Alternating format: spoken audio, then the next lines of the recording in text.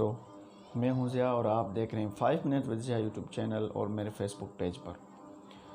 دوستو، آج کی جو کہانی ہم آپ سے شیئر کرنے جا رہے ہیں یہ ایک ریئل اسٹوری ہے اور یہ میرے دوست کی کہانی ہے۔ وہ اپنی کہانی اس طرح بتاتے ہیں کہ جب 1980 میں ان کا والد صاحب مزدوری کرتا تھا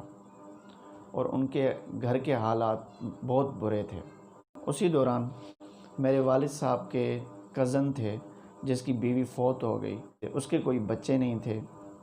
بیوی بھی فوت ہو گئی، اب اس کا کوئی کرنے والا نہیں تھا۔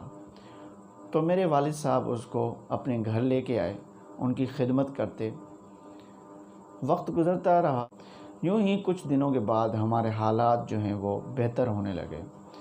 اور میرے والد صاحب نے ایک بھٹی لگا دی اور بھٹی سے کارخانوں سے کارخانے بنتے گئے کہ ہم 20 کارخانوں کے مالک ہو گئے اور ہم کروڑوں میں کھیلنے لگے، ہمارا اچھا بزنس چلنے لگا۔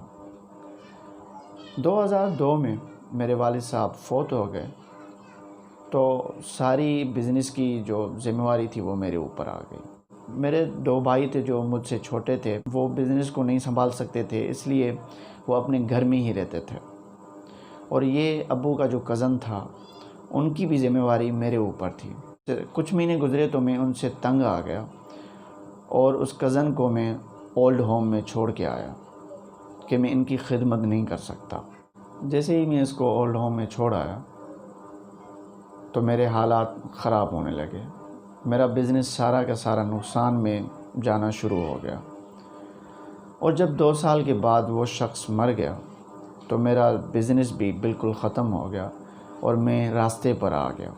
پھر ایک ابو کا کوئی دوست تھا جس نے میری مدد کی اور پھر میں نے یہ ایک دکان لگا لی جس سے میرا گھر چلتا ہے۔ وہ مزید اپنی کہانی میں یہ کہتا ہے کہ یہ صرف سارا کا سارا یہ کیسے ہوا، یہ مجھے پھر پتہ چلا کہ اللہ تبارک و تعالیٰ جو ہمیں رزق دیتا ہے وہ کسی نہ کسی کی وجہ سے دیتا ہے، یا تو والدین کی وجہ سے یا اپنے بچوں کی وجہ سے۔ تو اس لیے میں یہ آپ سے گزارش کرنا چاہتا ہوں کہ پلیز اپنے والدین کو اپنے اوپر بوجھ نہ سمجھیں، اور بچوں سے یہ گزارش کرتا ہوں کہ اپنے والدین کو بوجھ نہ سمجھیں، کیونکہ آپ کا جو رزق ہے وہ پتہ نہیں ہے کس کی وجہ سے آپ کو مل رہا ہے، اور جو بھی آپ کو مل رہا ہے وہ یا تو آپ کے گھر والوں کی وجہ سے مل رہا ہے یا پھر آپ کے والدین کی وجہ سے مل رہا ہے۔ تو اس لیے کسی کو اپنے اوپر بوجھ مت سمجھیں۔